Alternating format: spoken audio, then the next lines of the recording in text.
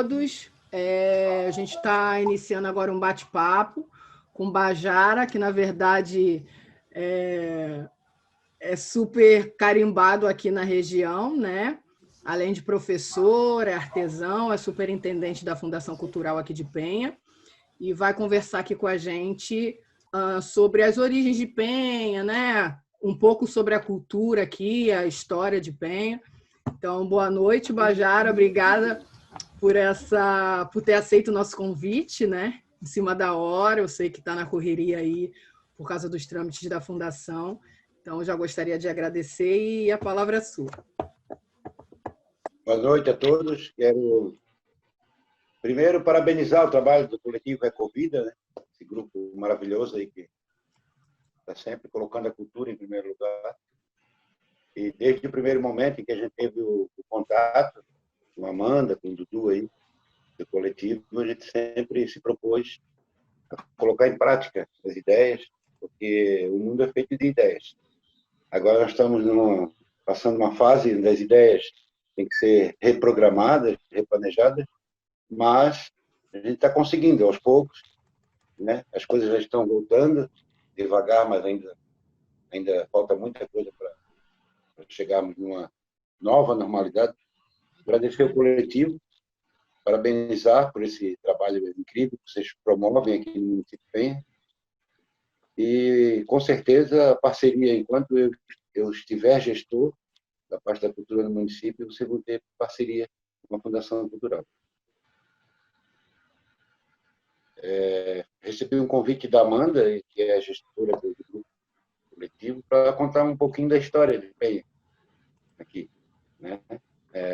Dentro do grupo, ela disse que alguns casos de discussões, né? Às vezes muitas dúvidas, e eu já venho há muito tempo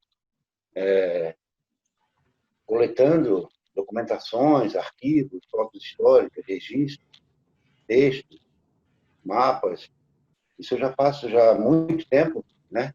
Eu nasci numa região muito cultural, da Praia Grande, da Armação da Procuró, então meu avô gostava muito de contar histórias da vida dele, da infância, da juventude. Vocês vão ouvir eu falar muito do meu avô, porque meu pai, como pescador profissional, vivia no mar, né? E meu avô aposentado era o meu segundo pai. Então, muita coisa que eu faço hoje, eu falo hoje, eu aprendi com ele. Então, vamos. Não sei se já posso começar, Amanda? Pode começar. Direto, já no assunto? Pode. O espaço é seu. Capricha, Bajara. Aí. Eu sou professor de carreira mesmo, né? Trabalho com... muita gente até fica meio assustada quando eu falo, trabalho com ciências exatas, matemática, química, física, é a minha área de atuação. Quem já foi aluno meu sabe disso, a Nise está dando uma risadinha lá já, lembrou de alguma coisa, né, Nise? Então, mas eu sempre fui fascinado por história. Gostava muito disso, tive ótimos professores de história, incentivava a leitura. Eu posso dizer que eu sou privilegiado, porque eu leio muito, além de pesquisar, eu também pratico muita leitura e sempre incentivo muito para que leiam. Aí as pessoas às vezes perguntam, mas lê sobre o quê? Lê sobre qualquer coisa. A leitura é um desenvolvimento. Você consegue anexar palavras, anexar textos, anexar frases, fazer conjunturas, ter um bom entendimento de várias situações a partir da leitura. Então, acho que a leitura é um desenvolvimento cerebral muito bom e sempre estou incentivando, né, as pessoas a praticarem a leitura.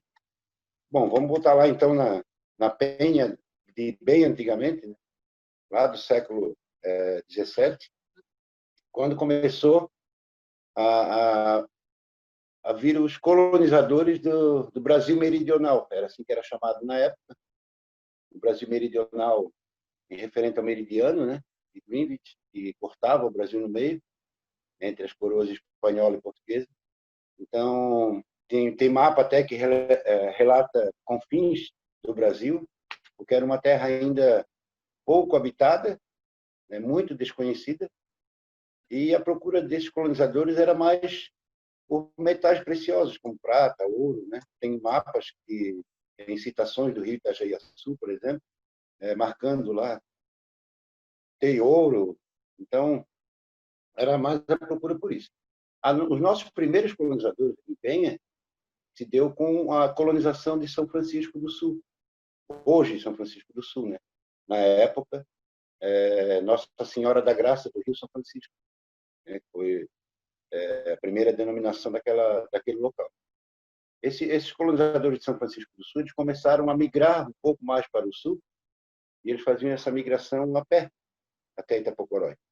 Então, virou um caminho, uma rotina desses colonizadores, vir até Itapocorói a pé.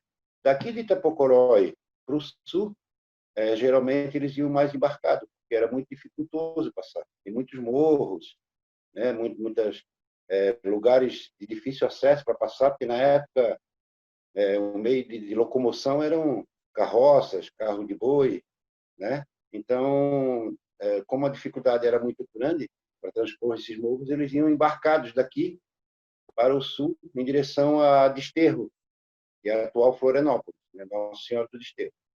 Então, esse caminho ficou muito conhecido, e Itapocorói começou a receber os seus primeiros habitantes, que eram vicentistas, ou seja, originários da colônia de São Vicente.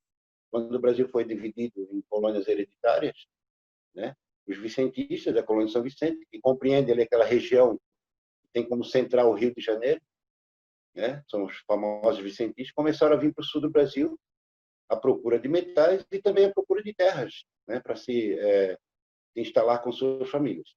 E daí esses primeiros vicentistas chegaram aqui, na região de Itapocorói, pelo começo de 700, ou antes até um pouquinho, não se tem exatamente uma data fixa que marca essa chegada aqui, mas bem provável que eles que trouxeram uma cultura religiosa que nós temos da manifestação até hoje, que é o famoso Mastro de São Sebastião. O Mastro de São Sebastião é uma cultura desses vicentistas, tanto que São Sebastião, e agora eu vou pedir ajuda para a Amanda, para o Dudu lá, só para confirmar para mim, é uma cidade do Rio de Janeiro e é também o padroeiro do Rio de Janeiro, São Sebastião, né? Lá tem até um feriado, né, no Rio de Janeiro, de São Sebastião. Então, esses vicentistas que vieram para cá, provavelmente trouxeram essa prática. Uma prática cultural, religiosa, muito bonita. Para quem não conhece, ocorre sempre no começo do mês de janeiro, ali, primeiro, segundo domingo de janeiro, em Armação do Itapocorói, e que coloca hoje Penha como um ícone em Santa Catarina. Penha é a única cidade do estado de Santa Catarina hoje onde essa manifestação religiosa é realizada. Tanto que ela já entrou no calendário oficial das festas do Açor. Em qualquer cidade de Santa Catarina em que a festa do Açor estiver sendo realizada, o Mastro São Sebastião de Penha está lá no domingo da festa, dentro do calendário daquela festa, para poder ser realizado, e é realizado após a missa de Encontro das Bandeiras. Então, assim, é só uma manifestação que eu estou citando, para colocar vocês dentro da situação dos primeiros habitantes que nós recebemos aqui, em Armação do Itapocorói. Daí eu vou para os registros históricos, tem um registro de um capitão que cuidava, que era coordenador da ilha de Santa Catarina, antiga Desterro. Ele recebeu uma ordem do Rio de Janeiro para vir de Santa Catarina, lá da ilha de Santa Catarina, de Desterro para o norte, para prender criminosos que estavam aterrorizando a ilha de São Francisco do Sul, um tal de Cabecinha. Em outro momento, de repente, a gente pode marcar para contar um pouco mais dessa história, mas o Cabecinha era um criminoso bem famoso. Ele era um soldado da guarda portuguesa que se rebelou, né? Tomou conta da ilha de São Francisco por um bom tempo, quase 20 anos, e ele era um cara muito, muito ruim mesmo assim, para a população. Cometeu muitos crimes, chegou a colocar um padre dentro de uma canoa com água e pão e mandou empurrar mar adentro, e até hoje não se sabe notícia desse padre, simplesmente pelo fato de o padre não permitir que o filho bastardo dele fosse enterrado dentro da igreja. Então, era uma prática comum enterrar as pessoas dentro da igreja, antigamente. Depois, né, isso foi mudando esse hábito, mas, para vocês terem uma ideia, a nossa capela de São João Batista aqui tem mais de 60 sepultamentos dentro dela, né? Então, os registros paroquiais Eles mostram muito bem isso na escrita do pároco da época, do padre. Ele dizia sepultado nesta capela ou sepultado no cemitério desta capela. Então, esses dois dizeres diferenciam bastante. E quem era sepultado dentro da capela? Quem tinha o poder, às vezes, de pagar, comprar do padre esse direito, ou quem era um destaque da comunidade na época, um comerciante, uma pessoa mais abastada em termos de poder aquisitivo. Então, eles ganhavam esse direito. Inclusive, as duas pessoas que solicitaram a construção da capela estão enterrados dentro dela, né, aqui em São João Batista. Né. Em outro momento, a gente pode até fazer um outro apanhado histórico para falar exatamente e só da capela de São João Batista. E tirar uma dúvida bem grande, né, de todos, que muitas vezes muita gente me contesta, isso já foi contestado em vários lugares, não só aqui em Penha, que a igreja foi construída com óleo de baleia. Então, realmente, eu não contesto isso, porque é um dito popular, mas eu sempre costumo e gosto muito de colocar um exemplo, né? Porque o óleo de baleia, na época, ele era como o petróleo é hoje para o mundo, né? Era um bem muito precioso. Por quê? Porque ele, além de servir por várias utilidades, a principal era a iluminação pública, iluminação das casas, iluminação das ruas, das praças, né? O Rio de Janeiro, por exemplo, concentrava todo o comando do Brasil ali, eles iluminavam tudo com óleo de baleia. Então, os grandes centros do Brasil, para a Europa, se exportava muito óleo de baleia do Brasil. E daí, tu usar um produto tão valioso, tão caro, para fazer uma construção, de repente, é uma coisa meio sem lógica, né? Mas eu me baseei muito no fato histórico de que a capela construída em 759, né, a caça da baleia só veio se instalar aqui quase 20 anos depois, 777, quando os espanhóis invadiram a ilha de Santa Catarina, e os caçadores de baleia, que pescavam na Armação da Piedade, na armação que hoje é os ganchos ali, né? Quem conhece a Armação da Piedade, a Armação da Lagoinha, que fica na ilha.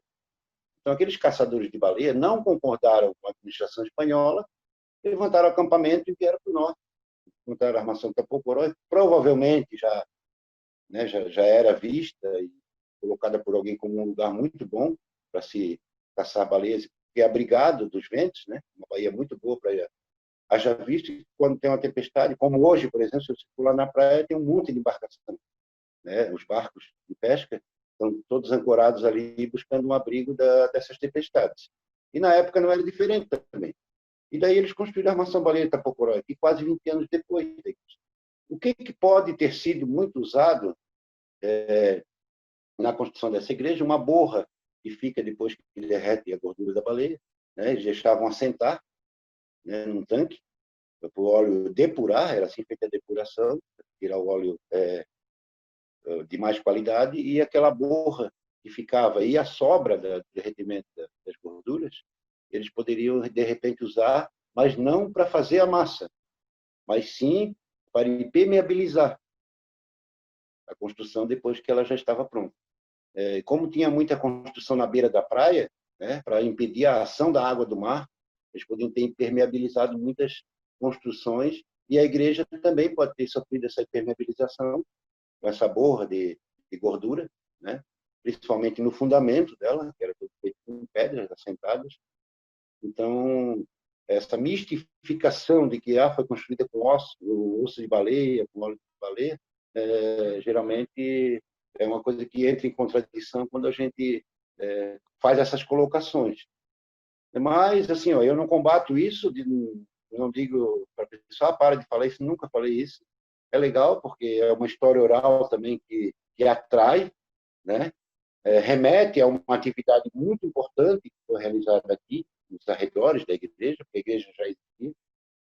E a Armação de Tapocoró chegou a ser, na época, considerada a maior caçadora de baleias do estado de Santa Catarina, né? Teve uma temporada aqui de pesca que dura, para quem não tem ideia do que dura de junho a praticamente agosto, então em torno de 90 a 100 dias de pesca, que é a época que as baleias migram para cá, né, do sul do Brasil, para acasalar e amamentar os seus filhotes. Então, aqui em Penha já foram vistas várias, tem até vídeo, compartilhei no Facebook ali. O pessoal sempre encontra aqui pelas águas de Penha uma outra baleia com filhote.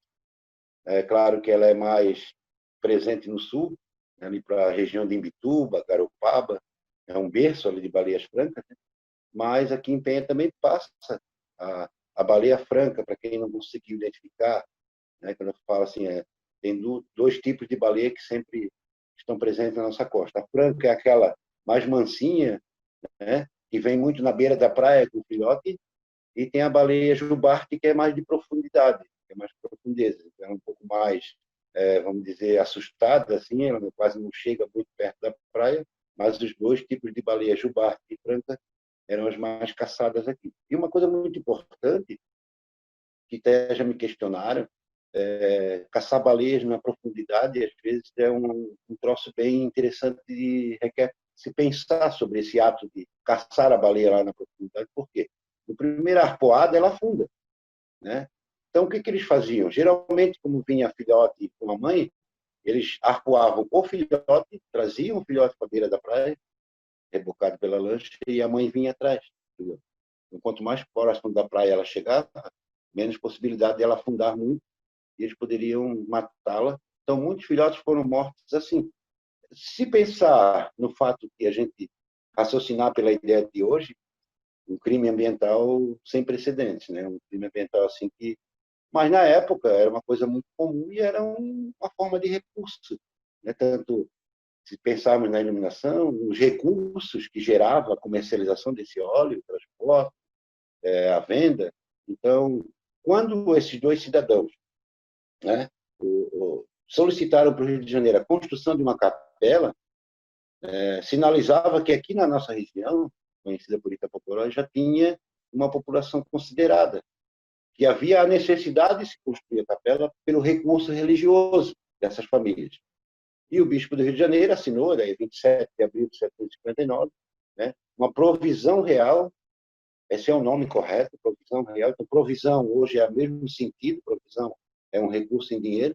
Ele assinou uma provisão real, autorizando a construção da Capela de São João Batista aqui em Armação do Pocoró. Então, a partir daquele momento daí, né, nós tivemos daí a constituição do que hoje é o município de Penha. É claro que a vinda da armação baleeira trouxe outras culturas, né? Veio o açoriano junto, daí a cultura açoriana é muito forte, né? Aqui no litoral de Santa Catarina, trouxeram muitos hábitos e muitos costumes dos Açores, né? Eles não eram caçadores de baleias, aprenderam a ser em Santa Catarina. Eles vieram para ser agricultores, eles não vieram para ser caçadores de baleia, muito menos pescadores. Mas eles tiveram que se adaptar, desenvolver outras técnicas, né?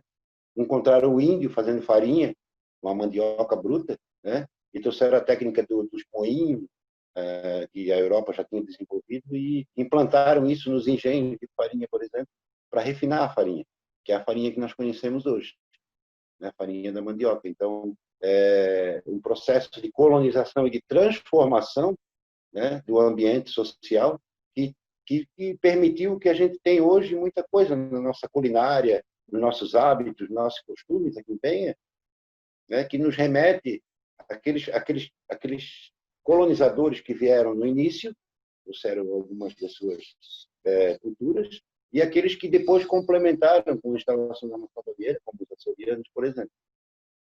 Voltando nos documentos, lá eu tenho mais um registro de uma apreensão aqui em Itapocoró, que eu consegui lá no Arquivo Público de Santa Catarina, de uma apreensão de uma embarcação com contrabandos, porque eles sabem que toda embarcação que precisava aportar no Brasil tinha que pagar um imposto ao rei, né? Era chamada a quinta. Hoje, a quinta representaria uns 20%, e vamos dizer, todo o produto bruto que você estava transportando, né?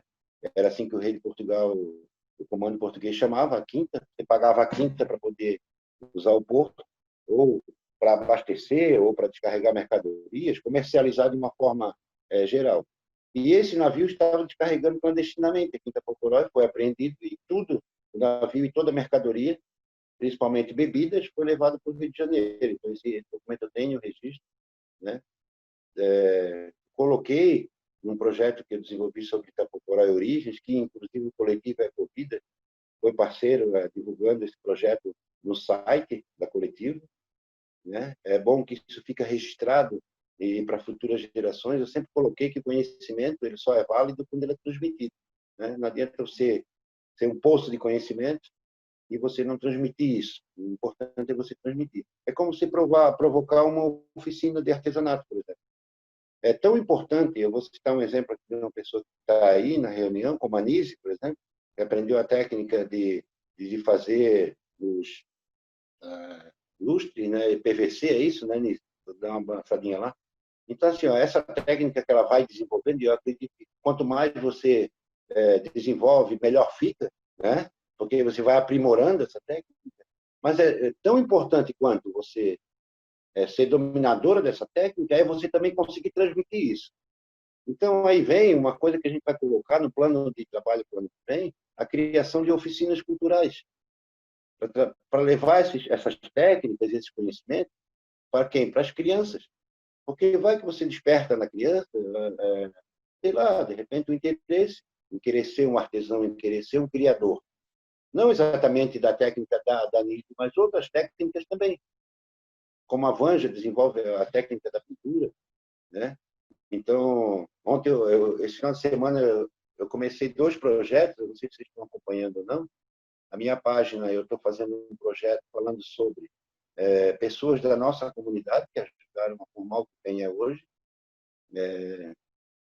e é muito legal, assim, porque são pessoas que não têm visibilidade, né, no meio nem artístico, nem cultural, mas elas estão sempre presentes e ajudando a formar a nossa comunidade de bem, e são participantes de famílias importantes, que ajudaram a construir o que Penha é hoje. Então, não exatamente só aquela pessoa que eu estou falando, mas o pai, a mãe, o avô, a avó, tiveram uma história dentro da comunidade, né, que nos leva hoje a colocar em evidência, porque eles vivem na clandestinidade, muitas vezes.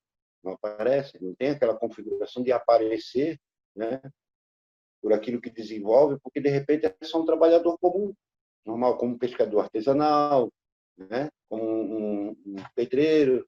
Mas eu acho legal isso porque eu desenvolvi esse projeto, né, de já hoje e a dispor, né? Até coloquei 2 palavras que são termos muito comuns aqui na nossa, principalmente aqui na armação, na Praia Grande. A Nilce está balançando a cabeça lá porque ela já escutou muito isso, né? Do de já hoje e a dispor, né? A pessoa referia um tempo passado bem curto, né? E a dispor que também é um tempo futuro bem curto, né? Pretendo depois desenvolver um outro projeto que vai falar daí de pessoas que já se foram, né? Que já faleceram, mas também tiveram uma grande importância no desenvolvimento da comunidade de Penha, e que eu vou chamar daí de... ainda estou procurando uma palavra bem certa, mas provavelmente vai ser um Tresontonte, sei lá, Antisdonte, né? Porque é uma referência ao passado, né? Eu coloquei aqueles 2 termos ali porque é referência ao nosso presente, as pessoas que ainda estão aqui na comunidade, e faz essa diferença. Voltando um pouquinho lá, eu falo demais, né? Vocês não podem falar aí, mas voltando um pouquinho mais atrás lá na construção da Capela São João Batista, então a partir dali, Penha começou daí a se iconizar na região. Por quê? Daí Penha virou um ponto de parada obrigatória para navegadores e também para aqueles transeuntes que vinham de São Francisco do Sul a pé até Itapoporó para embarcar aqui, ou vinham do Sul embarcado e desembarcavam aqui. Então, houve um trânsito muito grande de pessoas, né, nesse litoral catarinense, passando por Itapoporó, e daí isso ganhou um boom. Assim, eu comparo muito assim, a instalação da armação baleeira em Itapoporó com a implantação do Parque Beto Carreiro aqui em Penha. Claro que são épocas diferentes, séculos diferentes, né? São meios diferentes, como era a caça da baleia e é um parque de diversões, mas mais ou menos o boom que Penha sofreu quando o parque se instalou aqui. Naquela época, Penha sofreu esse boom com a instalação da armação baleeira. Por quê? Porque veio gente de tudo que é lado para trabalhar na armação baleeira. Era um trabalho de só 4 meses, mas que eles ganhavam dinheiro para passar o ano todo, sustentar toda a família. Então, chamou muita atenção e isso aqui virou uma rota comercial, com a instalação da armação-baleia. As embarcações obrigatoriamente passavam aqui, o rei criava as milícias, né, nos rios, que chegavam na beira da praia. Então, as milícias eram pessoas da própria comunidade que eram escolhidas para trabalhar em nome do rei. O que elas faziam? Davam apoio para quem estava transitando no litoral e ajudavam a fiscalizar, ajudavam a Guarda Real a fiscalizar quem transitava, onde estava indo e o que estava fazendo. Então, é uma coisa muito importante. Esse item, inclusive, gerou o nome da Praia da Cancela, porque cancela é uma palavra de origem portuguesa que significava término, ali acabava. E realmente, na cancela acabava a praia, que hoje nós chamamos, muita gente chama de Praia do Trapiche, é a própria Armação Tapocurói, né? E ali, aquela praia que a Armação Baleeira era construída, ela terminava ali, naquela ponta onde é a cancela, onde tem o Trapiche, exatamente naquele ponto hoje. E ficou com o nome de Cancela, porque ali tinha um posto de milícia, né? Onde ninguém transpassava ela nem para dentro da armação baleeira, nem para fora, sem se identificar, dizer onde estava indo, o que estava fazendo, né? Ou o que ia fazer, ou com quem iria falar. Daí eu vou no registro histórico, lá de Saint-Hilaire, por exemplo, Auguste Saint-Hilaire, quando passou por aqui, um botânico muito famoso, que veio na expedição francesa do Brasil. Veio para o Brasil junto com Debré, por exemplo, passou aqui também em Tumaquela e Itapocorói, e o Saint-Hilaire escreve um capítulo inteiro do livro dele, Viagem à província de Santa Catarina, sobre a armação baleeira de Itapocorói, desde o momento em que ele sai da ilha de São Francisco a pé.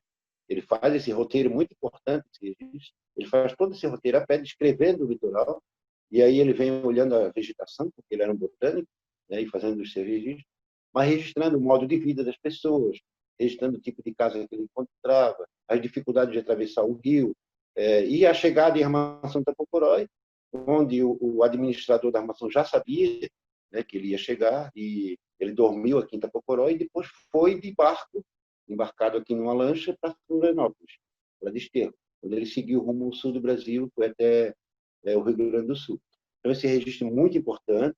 Depois, se a Amanda quiser publicar em algumas partes, lá no site da Ecovida, né, para todo mundo ter conhecimento, eu posso fornecer. Eu tenho esse livro digitalizado, né? Podemos fornecer para a Amanda colocar lá à disposição, para vocês poderem ter uma leitura prazerosa, porque é uma descrição muito importante, não só de Penha, não só de Itapocorói, mas de todo esse litoral aqui que formou a nossa comunidade de hoje. Então, a importância disso, né, Amanda, colocar lá à disposição, vamos colocar conhecimento, né? Quem tiver interesse, vira uma fonte de pesquisa, né? Para quem gosta um pouco de história, quem gosta de conhecer de onde veio, de onde vai. Então, é muito importante isso.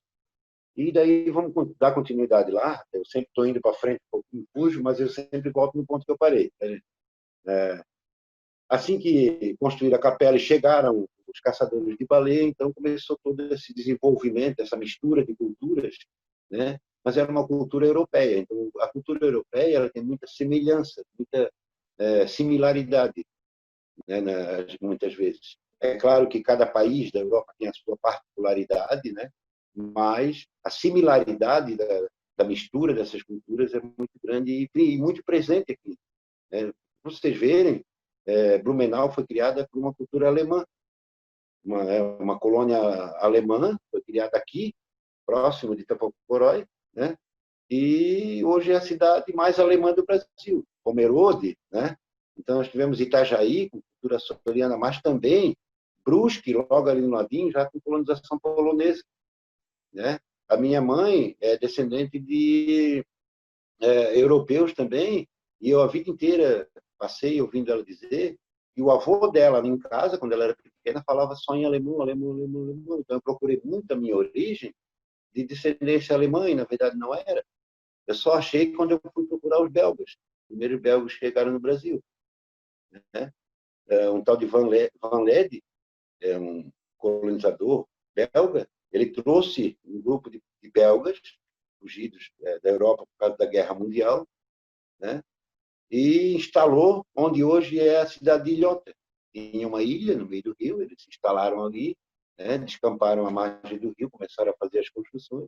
E a minha mãe é originária de um desses belgas que chegou, porque eu consegui achar até cartão, um cartão de imigrantes, o nome do primeiro Brockveld que chegou, né, aqui em Santa Catarina, e bem provavelmente aportaram aqui em Itapocorói, que era um porto bem conhecido daqui. Itajaí ainda não era porto. Para vocês terem uma ideia, o bairro da Barra, em Itajaí, né? Muita gente, quando ouve a Barra de Itajaí, acha que é a boca do rio ali, né? Em Navegantes. E a Barra do Rio não é ali, a Barra do Rio é lá em cima, onde tem a balsa de cima, o segundo ferryboat, lá na Liquigas, lá que é a Barra do Rio. Então, a entrada do rio, exatamente em Itajaí, começava lá, né? A parte de baixo ainda era só uma fazenda, que era uma madeireira, né? Lá em 1820, começou o desenvolvimento daquela parte ali, começa a história de Itajaí. E aí, em 1820, para ter uma ideia, foi quando o Saint-Hilaire passou aqui em Penha, passou aqui em Itapocoró e relatou a armação baleeira de Itapocoró, que já estava quase em desuso. A caça da baleia já estava quase terminando. E aí vem a formação, o início da formação de Itajaí. Vocês verem como Itapocoró é importante na colonização dessa nossa região toda, aqui do Vale do Itajaí. Aqui começou tudo. Pra ter uma ideia, relatos da igreja de pessoas que vinham da região de Porto Belo, da região de Araquari, para registrar os seus filhos nascidos aqui em Itapocoró, para dar sabimento do falecimento de alguém. Então, os casamentos, registro de casamentos e batizados aqui em Itapocoró. Falo muito desses registros porque eu tenho acesso a eles. Eu consegui um acesso virtual, né? Um amigo meu, e os mormons do Brasil, eles conseguiram uma autorização do governo federal para micrografar todos os livros. Os livros hoje não estão mais na capela, foram recolhidos, estão na arquidiocese em Florianópolis, mas eles micrografaram e colocaram num sítio virtual lá na internet, e eu consegui um acesso com um amigo meu. Então, quando eu preciso fazer alguma pesquisa, eu estou dando os primeiros passos aí em pesquisa genealógica da constituição e formação das famílias, nossa, e daí eu acesso esses livros exatamente para descobrir, porque no registro de nascimento tem o nome do pai, do avô materno, da avó materna, e assim por diante. Eu vou indo para trás, cada geração que eu consigo avançar para trás é muito importante, né? Na minha, eu já consegui chegar lá na geração dos açorianos, né? E eu vou fazendo essa pesquisa para poder até ajudar, né, as pessoas que querem descobrir qual é a descendência, tudo assim. Então, depois que a armação baleeira se instalou aqui, começou a entrar em decadência no início dos 800, e daí alguns moradores daqui da região de Itapocoró, que não concordavam mais em trabalhar na armação, eles começaram a se deslocar um pouco mais para o norte, onde hoje encontra-se a prefeitura de Penha ali, e formaram uma nova comunidade ali de agricultores, comerciantes, né? E quando essa comunidade já estava forte o suficiente, ela foi levada à freguesia, em 1836. Então, para elevar a freguesia, a ordem que veio do Rio de Janeiro é a freguesia do Itapocoró. O registro que tinha lá, no Rio de Janeiro, era Itapocoró e não Penha. Penha era apenas uma citação a uma santa, né, que era padroeira daquela igrejinha construída lá naquela comunidade, Nossa Senhora da Penha. Mas quando essa ordem chegou aqui, não pôde ser colocada em prática, devido ao fato de que Itapocoró ainda era um lugar privado. Existia ainda um contrato com o rei, né? E o contratador dessa armação baleeira não quis abrir mão de tornar público todo esse território, e daí eles elevaram a freguesia de Nossa Senhora da Penha do Itapocoró. Então, esse é o primeiro nome em que aparece Penha, né? Nossa Senhora da Penha do Itapocoró, era a primeira freguesia, e hoje compreende ali a prefeitura de Penha, a igreja matriz, aquela região ali, e foi se desenvolvendo, e daí na constituição do município, em 958, virou só município de Penha. Itapocoró é um nome muito, bonito, né? A origem da palavra, a gente fala muro de pedra, montanha de pedra, pedra que emerge, pedra que salta, né? Mas realmente a referência é a pedra, o Ita, né? O Ita do Guarani é pedra mesmo, né? E o Pocorói, daí, dependendo da tradução do Guarani, pode-se chegar a várias conclusões, mas todos eles remetem a pedra, rochedos, né? Nós temos uma grande parte do nosso litoral hoje, aqui em Penha, são 31 quilômetros de orla marítima, mais da metade formada por rochas, pedras, costões, né? Como a gente costuma dizer. E daí, dando continuidade, esses açorianos trouxeram daí outras culturas, outras tradições, dentro da culinária, que é muito forte, a concertada, o pirão, né? Penha chegou a ter, daí quando eu falo agora Penha, dessa Constituição, nós vamos falar da divisa com Araquari, que é lá na Barra do Itapocu, não sei se vocês conseguem se localizar dentro do espaço geográfico aí. Nós vamos indo para o norte, passa Balneário Pissarras, passa Itajuba, pega a praia de Barra Velha todinha, e lá na divisa com Araquari existe uma barra de um rio, o rio Itapocu. Então, o território de Penha compreendia todo esse espaço até a divisa de Penha hoje com Navegantes, ali no Rio Gravatá, aqui no cantinho da praia, no início da praia do Gravatá aqui. Então, toda essa região era compreendida como Penha. E nessa região chegou a existir, numa determinada época, quase 100 engenhos de farinha. Não só de farinha, engenho de cana-de-açúcar também, mas o de farinha era muito predominante devido ao cultivo da mandioca, que era muito forte aqui na região.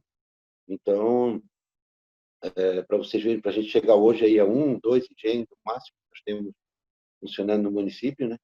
É uma técnica, uma prática que era tão comum e hoje realmente está quase que se extinguindo aqui, né, na nossa região. E daí essas técnicas, culturas e hábitos que eles foram trazendo foram criando o que hoje a gente tem aqui no município de Penha, em questão de festas religiosas, manifestações culturais. A dança do São Gonçalo, para quem não conhece, é uma cultura muito forte. Quando eu digo forte, eu digo muito antiga, né? Representa aquela tradição antiga mesmo. Por que eu digo isso? Porque a dança do São Gonçalo ela é uma referência a uma casa nova, uma vida nova. Quando um casal... desculpa, minha gatinha vai atravessar meu vídeo aqui agora. Espera aí, deixa eu pegar ela. Quando acontece um casamento e aquele casal vai construir uma casa nova, antes de fazer as repartições da casa dentro da casa, repartir em sala, quarto, cozinha, eles promoviam a dança do São Gonçalo, que era para abençoar o casamento, para que esse casal tivesse felicidade, né, nessa nova família que estava sendo constituída. Então, a origem do São Gonçalo era fazer abençoar uma nova família que estava começando, iniciando naquele momento. E aí, até hoje ainda existe quem tem, ainda tem um grupo que promove a dança de São Gonçalo. Nessa semana eu recebi um pedido da Comissão do Folclore Brasileiro para descrever a dança de São Gonçalo de Penha e enviar para ele imagem. É bem provável que eles vão colocar isso num calendário nacional aí de folclore brasileiro, né? Também tem a dança de São Gonçalo em Barra Velha, já pesquisei, já consegui achar lá. Muda pouca coisa. Aqui é casal que dança o São Gonçalo, lá são pares, então lá é homem com homem, mulher com mulher, quem tem é casal. Mas a prática, a cultura é a mesma, o santo é o mesmo, né? São os violeiros, ele é o santo dos violeiros, né? O São Gonçalo. Então, a festa de São João, muito forte, essa tradição aqui em Penha, não há um registro oficial, mas imagina-se que foi a primeira festa de São João aqui da cidade de Penha, foi a inauguração da Capela de São João Batista. E se isso realmente é verdade, e tem tudo para ser, né? Promoveram uma festa para inaugurar a igreja, a Capela de São João Batista, nós já temos aí 261 anos de festa de São João. Então, são anos e anos e anos de uma tradição quase tricentenária, né? junto ao mastro de São Sebastião também, e que tem que ser valorizada, tem que ser divulgada, e a gente busca sempre isso. As nossas ações, nesses 3 anos e meio aí, que estou à frente da Cultura de Penha, sempre foi de levar o que nós temos aqui, de tradição, de cultura de raiz, né? Divulgar isso para fora da cidade, incentivar aqui dentro os grupos para que não parem, né? E levar isso para fora da cidade. Isso deu condição de Penha sediar, por exemplo, a Festa do Açúcar, né? São várias outras coisas que colaboraram, mas principalmente baseado nisso, nessas tradições culturais, que nós conseguimos construir a condição de Penha receber uma festa do açúcar. Então, realmente foi suado, né? Mas a gente conseguiu trazer.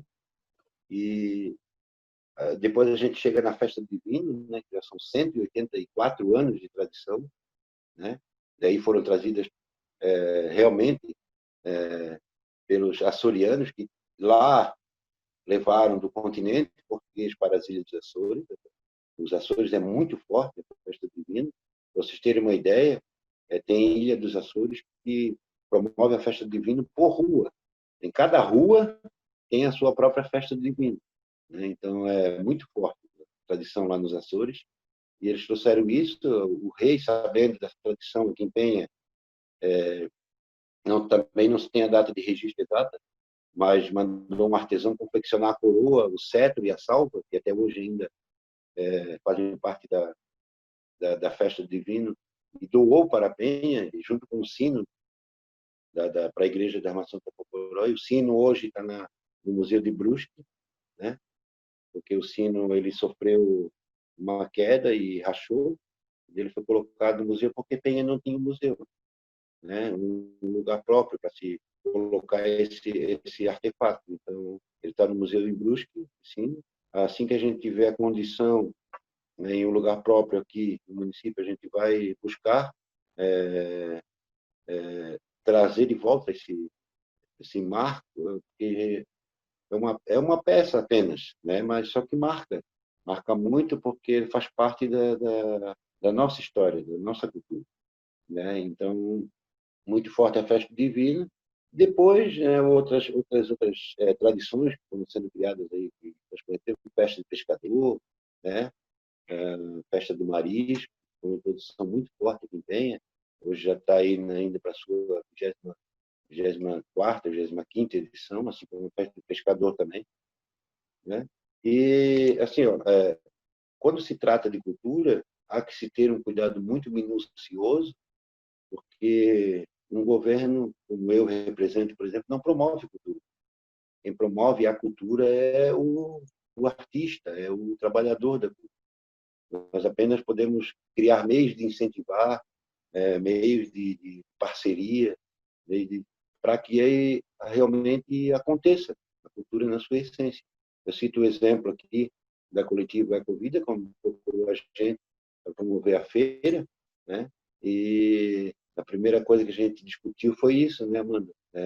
Eu coloquei a situação que a gente tinha e ela disse, não, a gente só precisa que o poder público esteja em parceria com a gente, com um espaço adequado, e que a gente vá desenvolvendo, né, essa parceria, porque eu tenho certeza absoluta que vai crescer mais, a gente vai abranger mais o município de Penha com essa parceria, não vai ficar só num espaço, vamos tentar levar mais além, né? E são essas coisas. Então, eu procuro muitos grupos que promovem a cultura em Penha, muitas pessoas que fazem cultura, e sempre de forma respeitosa, né? Respeitando aquilo que é o espaço do, do artista, e vendo de que forma que a gente pode estar colaborando, que a gente pode estar levando o governo municipal para ajudar a melhorar o espaço. Eu um exemplo muito grande assim, ó, já há 4 anos que a gente apoia o evento do Mastro de São Sebastião aqui em Armação Tapocoró. A gente faz, por exemplo, um convite, leva nas pousadas, nos hotéis, divulga através de rádio, de redes sociais, de site da prefeitura. A gente vai atrás do mastro, conversa com as pessoas, vai atrás do promesseiro do mastro para saber se está tudo ok, cores de enfeite do mastro, as broas, a consertada, leva o departamento de trânsito da prefeitura até o local no domingo do acontecimento, para que promova a organização. Muitos mastros realizados aqui em Penha que fechavam totalmente a rua. As pessoas não conseguiam transitar. Dava discussão entre quem estava ali promovendo aquele momento cultural com o cara que estava passando de carro ou de moto na rua. Hoje isso não acontece mais. A gente consegue fazer uma organização. Então, o que é você virar parceiro? E quem promove essa cultura não é a prefeitura. Quem promove é aquela comunidade, é aquele grupo. Então, a gente vai lá levar o apoio para que aquilo aconteça da melhor forma possível. E tem outro grupo aqui em Penha que também faz o Marcha São Sebastião no bairro de Santa Lídia, que eu ainda não consegui uma forma, não achei ainda uma maneira de chegar até eles para levar esse apoio do governo municipal. Porque eles colocaram na cabeça e eu estou querendo tomar conta do evento deles. E não é essa a minha intenção. Eu não quero pegar o evento deles para a prefeitura. Eu quero levar a prefeitura como parceiro para que a gente organize melhor, além daquilo que já está organizado, e dar visibilidade, levar para fora isso. Né? Falar para as pessoas, falar para o turista que estiver aqui em Penha que aquele momento está acontecendo. Porque nós temos turistas de vários lugares do mundo aqui. E, de repente, ele busca turismo religioso, turismo gastronômico, um turismo de aventura. Né? Estamos criando roteiros agora em parceria com o Secretaria de Turismo. Vocês vão ver roteiros gastronômicos, roteiros de aventuras. Né? Enfim, daí o que a gente faz? Como gestor da cultura, quando fui procurado pelo secretário de Turismo, eu sempre coloquei para ele o seguinte: vamos sempre deixar em evidência a história de Penha. O que nós temos para contar para o turista? Né? O que nós temos para contar para o nosso visitante? Para que ele não venha aqui apenas pensando em se divertir no parque, né? Pegar a malinha e o carro dele e ir para casa, para que ele fique aqui também. Tem ali um evento acontecendo, uma feira, que tem lá um passeio de bike, que tem lá um passeio de escuna, que tem ali uma observação de tartarugas, ou que tenha lá um mirante, né, na ponta da vigia, e daí alguém acompanhando esse grupo, contando essa história, para que essas pessoas lá fora também virem nossos agentes da nossa história. Porque contar aqui para vocês, dentro da cidade, é legal, claro que é. Muita gente tira muita dúvida, muita gente passa a conhecer coisas que não conhecia particularmente, mas o importante também é que a gente tem esses agentes levando essa história, o que ele ouviu e viu aqui na cidade, para fora. Esse é um agente muito importante para o turismo, para a cultura, de qualquer cidade do Brasil. Quem já viajou o Brasil, como a Amanda e o Dudu, já estiveram morando em várias cidades e vieram do Rio de Janeiro, um grande centro histórico, sabe o quanto importante é trabalhar isso. E isso se trabalha de forma local, para depois ir para o global. Né? Muita gente pensa invertido, quer trabalhar muito o global, né? E esquece o local nosso. Então, eu vou fortalecer bem a nossa cultura local, nosso turismo local aqui, né? Para que depois isso se transforme numa coisa global, para que quem ouça o nome de Penha saiba o que Penha tem a oferecer, o que nós temos aqui de bom, né? Que não é só a diversão do parque. Nós temos também atrativos naturais, né? Belíssimas paisagens, aí, haja visto as fotos que vocês acompanham aí pelas redes sociais, na internet. Nós temos um passeio de barco, nós temos um pescadorzinho da praia que leva o pessoal para pescar espada. Ele disse para mim que a agenda dele é lotada. Né? Ele tem dia que ele tem que fazer 2, 3 viagens, levar o pessoal lá nas balsas de marisco para pescar espada. Né? Então, assim, é uma atividade, de repente, que tem que entrar no roteiro. Né? É claro que isso pode trazer mais pescadores também, que naquela época ociosa, quando não dá camarão, quando não dá para pescar, ele leva esse turista, esse visitante nosso, para pescar. Então, tu acaba criando um círculo de uma economia criativa, né? Fala-se muito hoje em dia disso, a economia criativa, que é aquele círculo da economia que nunca fecha, né? Nunca para, nunca é quebrado, porque você consegue trazer novos agentes para trabalhar. E o importante é isso, promover, né, para a nossa população, para o nosso morador de Penha, não só para quem é penhense, mas para quem mora e vive aqui na cidade, porque tem muitos assim. Né? A gente sempre tem que ter esse pensamento também, né, de valorizar quem está aqui hoje, né? E que busca esse desenvolvimento em parceria para poder levar o nome de Penha. Fico à disposição para alguma pergunta, Amanda. Eu acho que é legal, né? Abrir aí, se alguém tiver alguma dúvida, algum questionamento. O que tu acha? Sim, eu até coloquei ali, se alguém quiser perguntar alguma coisa, fica à vontade. A Silmara chegou um pouquinho atrás. Eita, ferro. A Silmara chegou um pouquinho atrasada, ela não pegou o início, não sei se ela quer fazer alguma pergunta, né? Mas alguém quer fazer pergunta, gente? Está aberto aí. Ou acrescentar alguma coisa, tirar alguma dúvida. Eu gostaria de fazer uma pergunta. Posso? Pode, ficar à vontade, Lucas. Em relação ao início do papo dele, que eu achei muito interessante tudo isso que ele falou. Eu fiz uma peça de teatro para São Francisco do Sul, falando sobre a colonização de São Francisco, ali na Vila da Glória, que eles tiveram uma colônia de franceses. Foi um movimento muito interessante. Vieram médicos, o pessoal era todo vegetariano, e eles é que vão fundar logo no início de São Francisco. Aí eu queria saber, Bajara, se alguns desses franceses vieram aqui para Itapocorói e se acabou ficando por aqui. Porque também, quando eu trabalhava no parque, eu fuçava muito a questão da história, de como era essa fazenda antes de ser o parque. E soube que ali tinha um casal de franceses muito misteriosos, inclusive. Então, eu gostaria de saber se tem algum laço aí que dá para amarrar. Assim, Lucas, ó, ali onde eu nasci, a comunidade de Praia Grande, ali, tem um falar bem puxadinho. Não sei se alguém já teve essa percepção de conhecer alguém da Praia Grande ali. Talvez a Nise, que teve bastante contato com muita gente aí. Eles falam muito assim, cantado, né, Nise? Aquele corrido. E por várias vezes eu sempre ouvi dizer, viu, Lucas, que era em relativo a algum desses colonizadores franceses, sim. Porque os franceses vinham nos navios dos outros países, né, como tripulantes, ou como trabalhadores, ou como buscando novas oportunidades, e eles se espalhavam no litoral. E nós tivemos aqui em Penha também. Né? E daí ficou a característica deles no falar. E o francês ele é cantadinho, ele é bicudinho. Né? Então, na Praia Grande, eu vim, se vocês, por exemplo, tem ainda minhas irmãs, minha mãe, que ainda fala esse puxadinho, aquele cantadinho, assim. Então, é uma coisa muito forte, que é dali, daquela comunidade apenas. Né?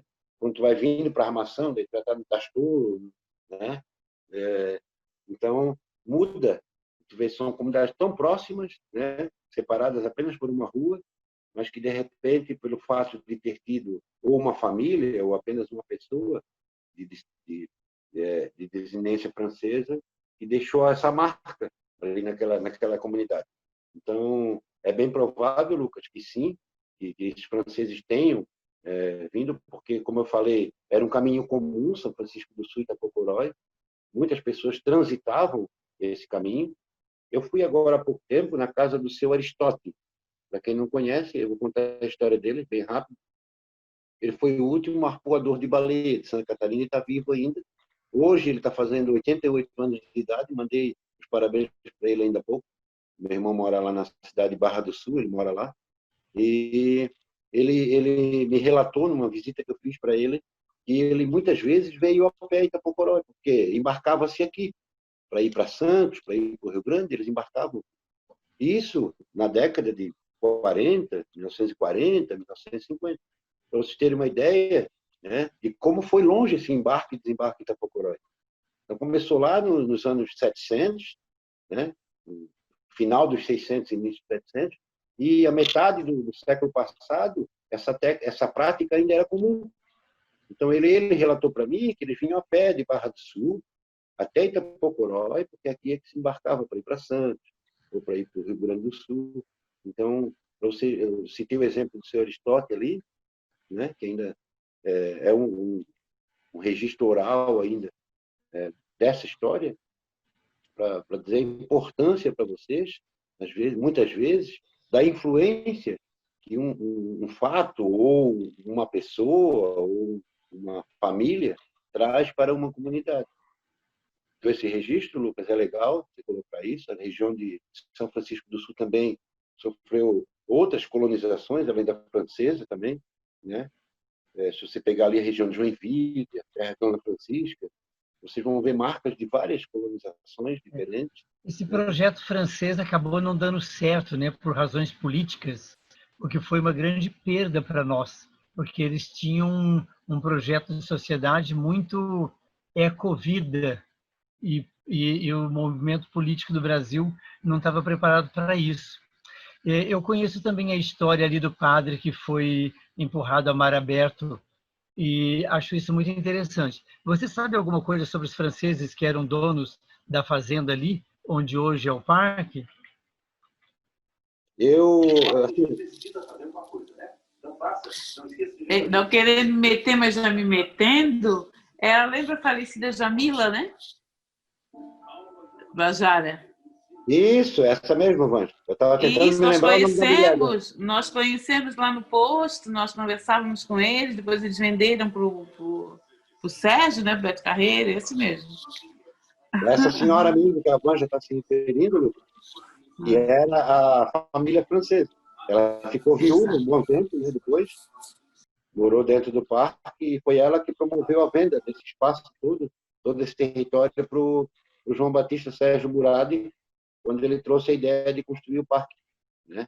Ele andou permeando as cidades do litoral e ele escolheu Penha para construir o parque. Aqui perto da minha casa moram algumas pessoas ainda que chegaram a trabalhar para esses franceses. E são Sim. essas pessoas já bem idosas que me contaram coisas bem misteriosas desse casal. Eu conheço algumas pessoas por que esse trabalharam lado da história, entendeu? com eles também. Acho isso muito legal, porque eram pessoas que inclusive trabalhavam na Casa Grande, quando a entrada ainda era aqui perto de onde hoje é o Instituto, né? Sim, sim. Era uma estrada de chão, né?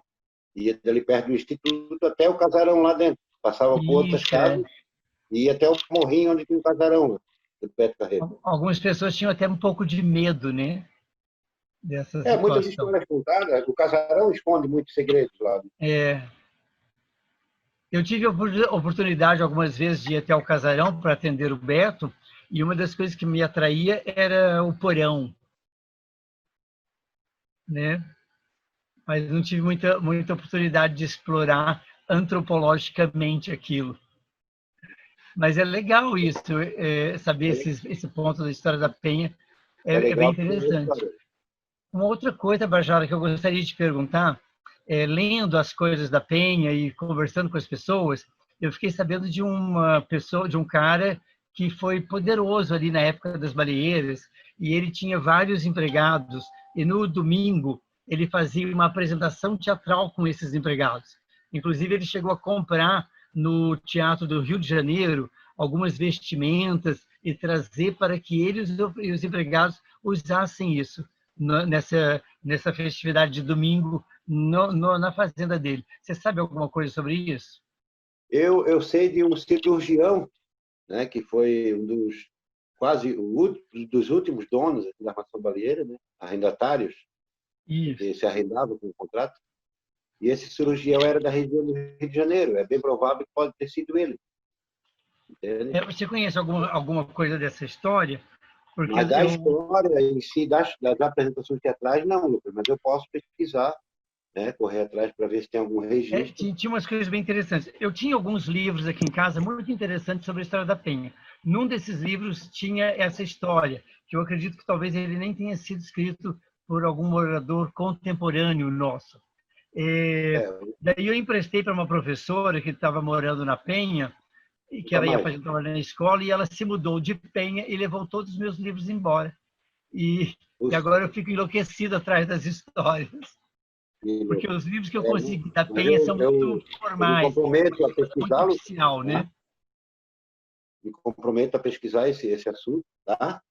É bem provável que tenha sido esse cirurgião, Luiz Rodrigues é o nome dele. Depois eu sei de algumas histórias de bastidores desse senhor, e aí eu posso trocar ideias com você.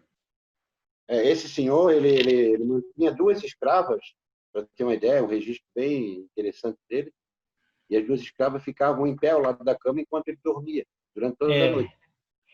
Ele tinha uma coisa assim, né? Alguns relatos ele era muito bom para algumas coisas e outros ele era muito mal para algumas coisas.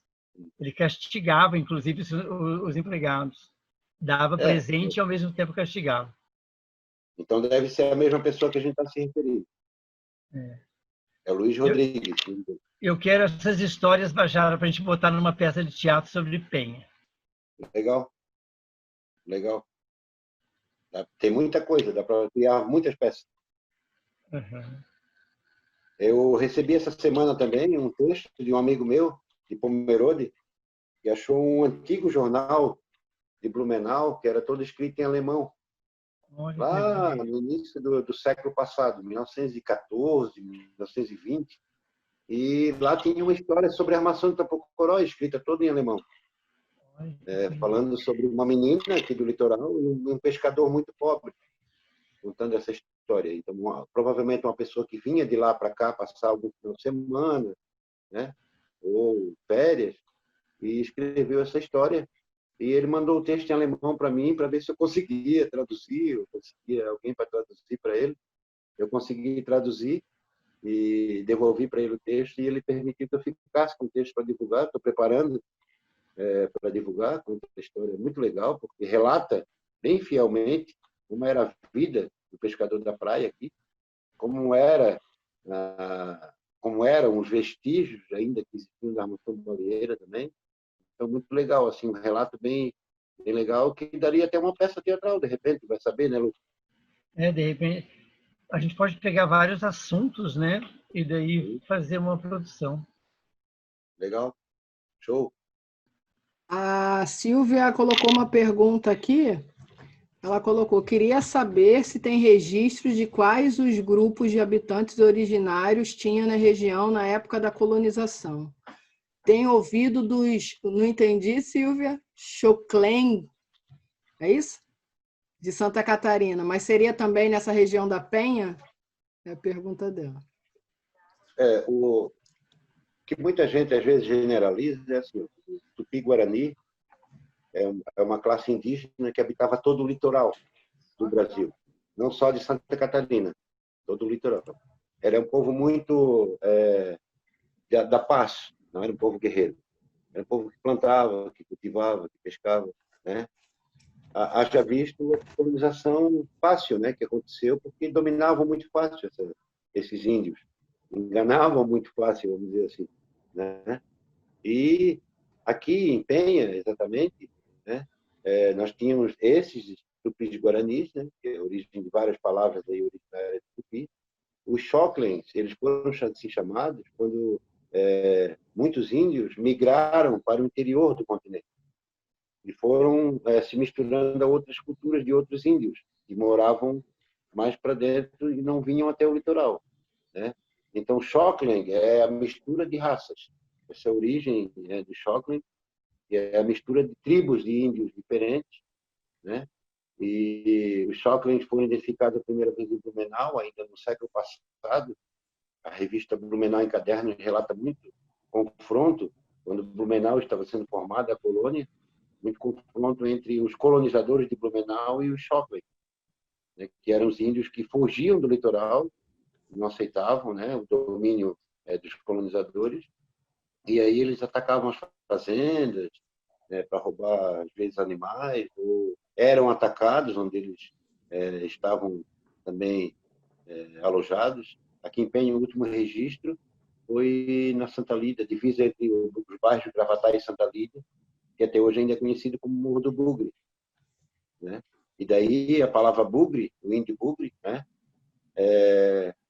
Bugre no sentido europeu da palavra, a pessoa que não tem Deus, a pessoa que não quer se aproximar, não pratica religião nenhuma, não tem nada a ver com sujeira, como eu sempre escutei desde pequenininho, né? Minha avó, minha mãe dizer: ó, tá parecendo um filho de bugre, né? Quando a gente estava brincando e sujo, era o que mais se ouvia falar, né? Ó, parece um filho de bugre, vai tomar banho. Então, foi associado muito essa palavra bugre à sujeira, mas não tem nada a ver com sujeira. Era alma suja, né? Eles eram considerados almas sujas. E outra coisa muito forte também, os registros de populações né, da nossa história, dos nossos litorais, da nossa cidade, que eles contavam o número de almas. E nessa contagem do número de almas dos habitantes, não entrava o número de negros e de índios, né? Então, eles contavam como alma apenas os brancos que moravam, né? Há vários relatos, vários escritos, né?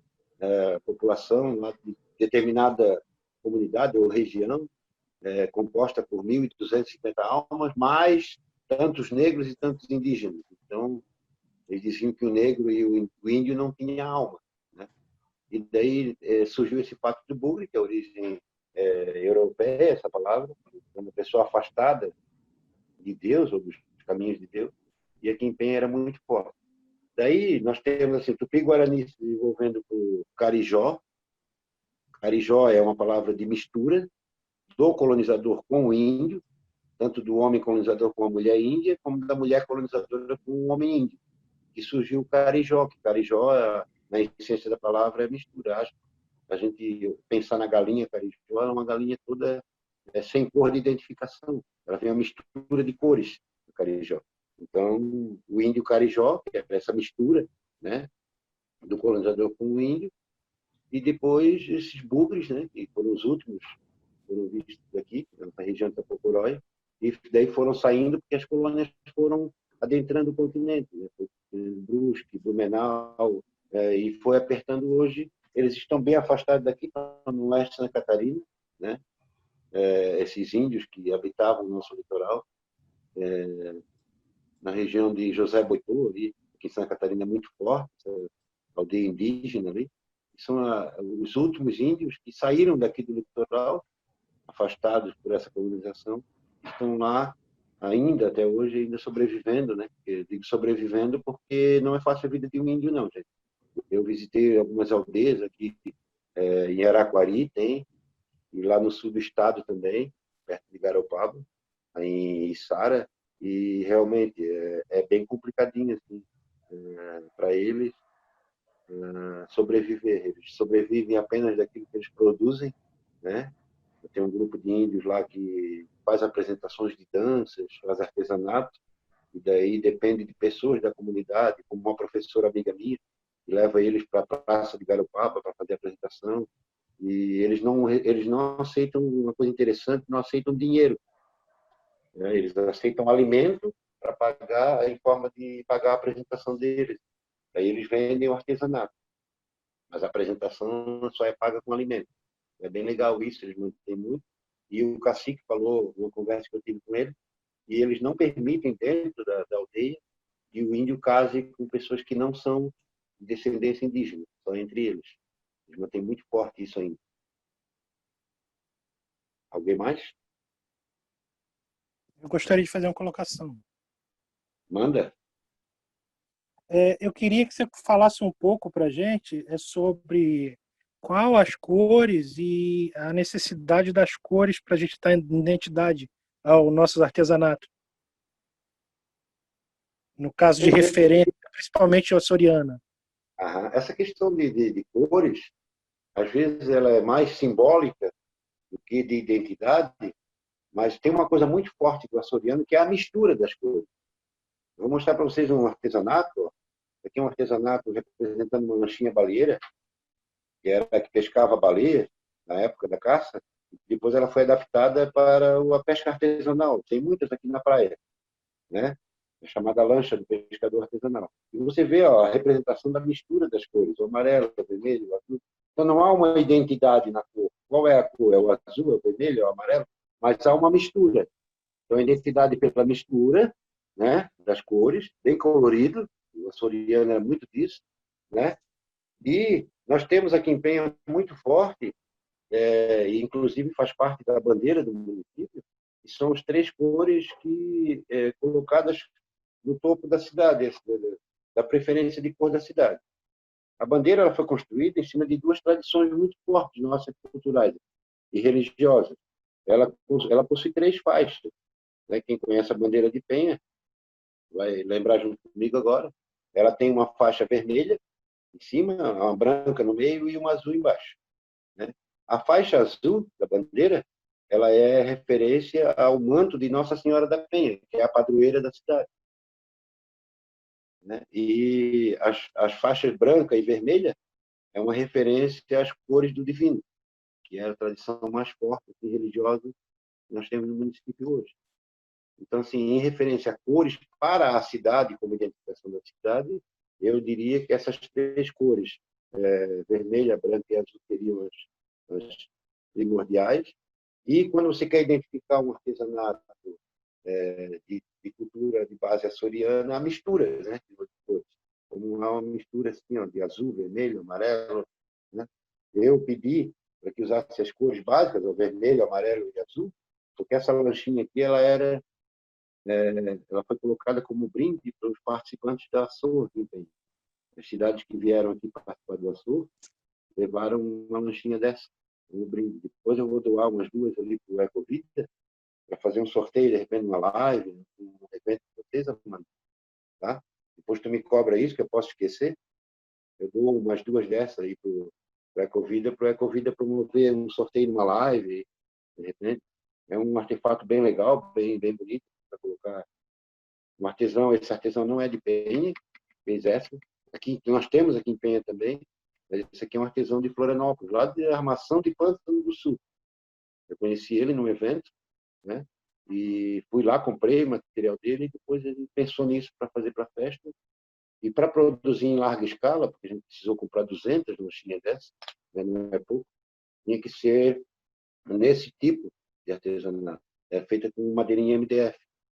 Nós temos artesãos aqui em Penha que fazem a lanchinha, mas é em madeira mesmo, bruta, original. Então já é um artefato mais caro, mais difícil de confeccionar, né? E eu, graças a Deus, achei esse artesão lá, encomendei com ele e fui buscar. Beleza. Mais alguém quer fazer pergunta, gente? Acho que não. Dou-lhe uma. Dou-lhe duas. Então, vou liberar o Bajara. Mais uma vez, em nome do coletivo, né? Só tenho a agradecer. Desde o início, quando a gente apresentou o projeto para a prefeitura, né, contigo, na conversa com você, a gente sempre foi extremamente bem recebido, entendeu a proposta, que na verdade realmente não envolvia dinheiro, a gente só queria o apoio realmente para o espaço, né, para a gente poder desenvolver nosso trabalho, e você sempre foi extremamente sensível, né, ao objetivo do grupo, parceiro, sempre com a gente, em tudo que a gente inventa, as maluquices, você está aí ajudando. Então, realmente, só tenho que agradecer, sei que essa parceria da gente vai longe, né, que tem um montão de projetos aí para a gente desenvolver, e aí, em nome do coletivo, mais uma vez, gostaria de agradecer sua prontidão em estar aqui com a gente nessa noite, mesmo com essa tumultuada toda aí na Fundação Tabajara. Obrigada mesmo, cara. Só para finalizar, Amanda, eu acabei ainda há pouco, quando eu estava ainda lá na Fundação, conversando com o técnico da Fundação Cultural de Santa Catarina, da FCC. Amanhã eu vou começar uma capacitação com eles, tá? Porque eu assinei um termo de compromisso de Penha com a Fundação, para a gente, a Lei Aldir Blanc, tramitar toda pelo Mapa Cultural SC lá. Então, amanhã eu vou começar essa capacitação, vai ser bem legal, eu acho que é uma coisa assim que vai ficar bem transparente para todo mundo, né? Não estou buscando só a minha transparência, estou buscando a transparência de todo o processo, e isso é legal para todos, né? Eu vou começar amanhã a capacitação com eles, e tá desenvolvendo bem legal. Assim, hoje o decreto já foi para a prefeitura, né? Quando o decreto for lançado, nós já vamos trabalhar para finalizar o edital, né? E assim, ó, vai chegar, se Deus quiser, vai dar tudo certo. Quem trabalha com cultura, né, vai ter na mão, eu tenho certeza disso. Eu agradeço a todos os participantes aí, um beijo, Vanja, fazia tempo que eu não te via, né? Beijo, amigo. Tamo junto. Obrigado pela participação, Dudu. Falou. Obrigado mesmo. Lise, um abraço, Lindona. Silvia, obrigado. Tem uns projetos digitais que a gente está desenvolvendo aí, se quiser acompanhar na minha página, lá do Bajara Souza lá. E eu abri uma parceria também com Notícias de Penha, Todo final de semana vai estar um artista local lá sendo divulgado lá. Começou já com uma menina com um quadro muito bonito, que estava anunciando a Lei Aldir Blanc de Penha, aquela imagem da Igreja de São João, né? Ela até ficou brava comigo quando eu coloquei, não falei o nome dela, né? Daí agora ela entendeu o meu objetivo. Era mostrar ela para todo mundo, que ela ninguém conhecia. A prima dela morava na vizinha dela de muro e não sabia que ela tinha pintado esse quadro.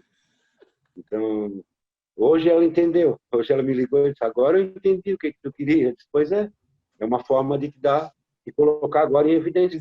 Né? Inclusive, a matéria saiu ontem, hoje ela já recebeu 2 encomendas para fazer pintura. Então, assim, é uma coisa que é legal porque dá visibilidade para as pessoas, né? E a gente vai levar. Depois eu quero conversar com a Vanja, que a Vanja também é uma queridona, né? Esquisita de algumas obras tuas aí que eu vou te jogar nesse projeto também. Tá bom? Mas depois nós conversamos. Me dá um parte lá que a gente vai trocar umas ideias. Tem mais uma moça ali que eu não reconheci, tá com Moto G ali. Quem é aquela moça? É a Silvana. Silvana? Ela trabalha com tapeçaria, lindas as peças dela. Legal. Obrigado, Silvana, por participar desse momento aí. É isso aí. Gente, eu estou à disposição de vocês, se precisarem. Okay. Tá? Amanda tem o meu contato, vocês devem ter também. Estou à disposição de vocês. Se vocês precisarem, tiverem dúvidas, se quiser meu WhatsApp, 24 horas, não tem dia da semana. Se vocês precisarem, eu estou aqui à disposição. Um abração, um beijo para todo mundo. Gratidão. Falou, Baixada. Obrigada, querido.